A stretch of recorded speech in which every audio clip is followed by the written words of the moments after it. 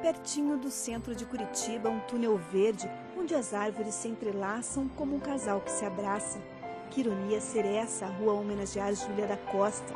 A mulher forte que nasceu em Paranaguá passou a vida em São Francisco do Sul, Santa Catarina, e sofreu por um amor não correspondido. À frente do seu tempo, começou cedo a escrever poesias. Ela era oriunda de uma família de cultos, por isso essa formação mental superior que ela tinha, e lia poetas brasileiros e franceses. Aos 23 anos ela já publicou um livro de poesias. Ela sempre teve essa formação cultural bem elevada. Foi sob os pseudônimos de Sonhadora, Americana e JC que Júlia da Costa escreveu, além de poesias, muitas crônicas, folhetins. Nos textos, um retrato da sociedade da época. Ela descrevia as festas, ela falava muito sobre moda, sobre joia, e isso, depois ela sentiu falta. Isso era publicado? Tudo publicado em jornais de Joinville, de São Francisco do Sul, de Paranaguá, de Curitiba, de Desterro, que hoje é Florianópolis, né? Mas na época foi muito publicado tudo isso. Ela mesma virou personagem dessas notícias depois que casou em 1871 com um rico comendador 30 anos mais velho que ela. Com ele, Júlia aprendeu a receber catarinenses ilustres em banquetes e festas. Numa dessas ocasiões, o convidado foi o Visconde de Toné. A movimentada vida social escondia o segredo que inspirava a Júlia nas poesias. E ela diz num trecho: "O segredo de minha vida só tu o sabes. Tu foste o noivo escolhido por minha alma. Não posso morrer sem que se realize o sonho embriagador que me afaga o coração. Se me fores fiel, juro-te em nome deste sol que nos alumia e em nome de Deus que nos ouve, que serei tua um dia, custe o que custar." Mesmo antes de casar, Júlia já se correspondia quase que diariamente com o poeta Benjamin Carvolina. Ela teve uma paixão muito grande por ele. Ela, 5 anos mais velha, talvez essa foi a razão mais forte também, que a mãe não permitiu e impôs que ele tomasse uma atitude. Mas eu acho que ele recuou com medo e foi embora. Ela sofreu uma desilusão muito grande. Escrevia as suas missivas e ela depositava no oco de uma árvore, num bosque. Então eu até imagino a Júlia da Costa correndo, assim, furtiva, com aquelas missivas para colocar nesse oco da árvore para o seu bem-amado, né? Ela se vestia toda de branco, era como ela se vestia toda de sedas e rendas, e uma figura bonita de uma mulher jovem ainda, né, com 31 anos, correndo para colocar as cartas para ele. E ela foi audaciosa, porque ela fez uma proposta para ele, porque o amor dela era muito grande e com a volta aumentou, e ela propôs que eles fugissem. Ela propôs uma vida em comum para ele.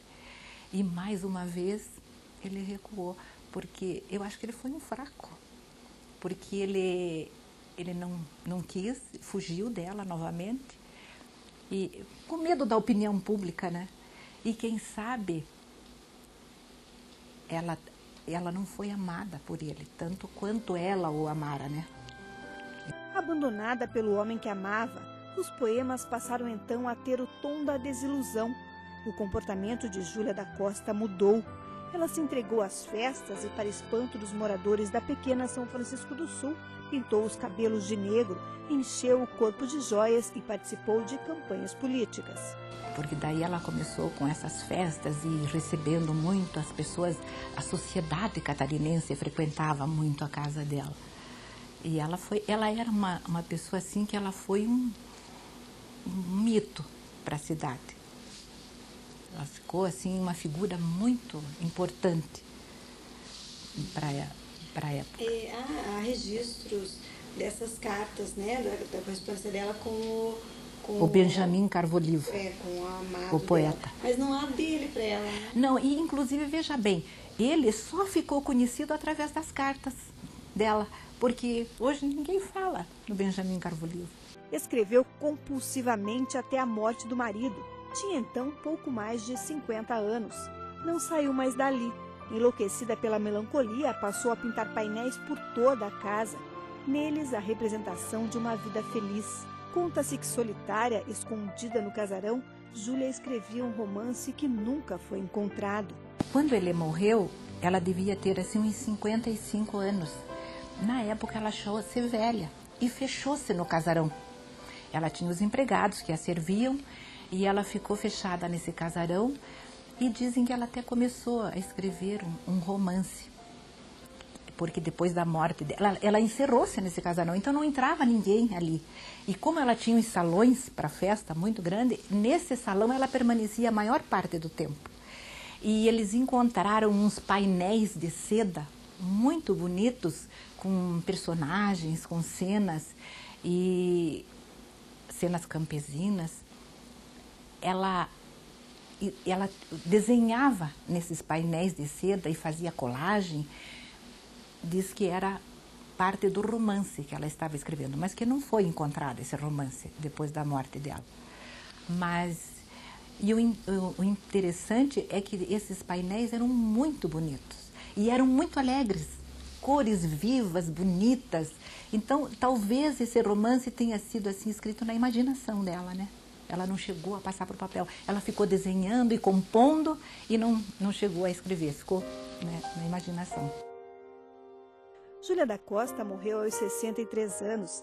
As mulheres paranaenses deixou o exemplo da força, audácia e inteligência. Primeira poetisa paranaense, né? Então nós temos muito orgulho dela. Eu acho que nós paranaenses temos muito orgulho. Nós, as mulheres, temos muito orgulho da Júlia da Costa. Por ser uma mulher audaciosa para a sua época, e inteligente e muito independente, porque ela teve coragem de enfrentar todos e tudo por um amor que não a correspondeu, né?